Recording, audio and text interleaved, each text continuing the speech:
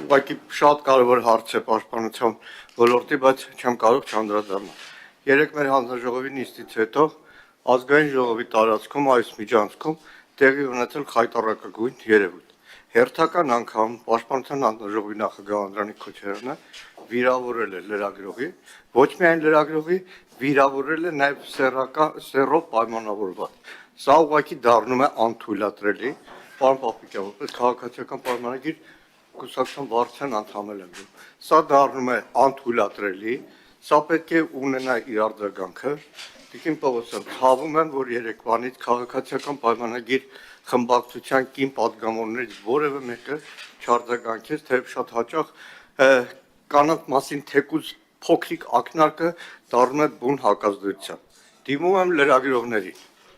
Բավական է այլևս հանդուրժեք ազգային ժողովում ձեր դեմ ուղված բոլոր այդ հարձակումները։ Բոյկոտեք Անդրանիկ Քոչարյանին, բոյկոտեք այն բոլոր պատգամավորներին, որոնք ձեզ վիրավորում են։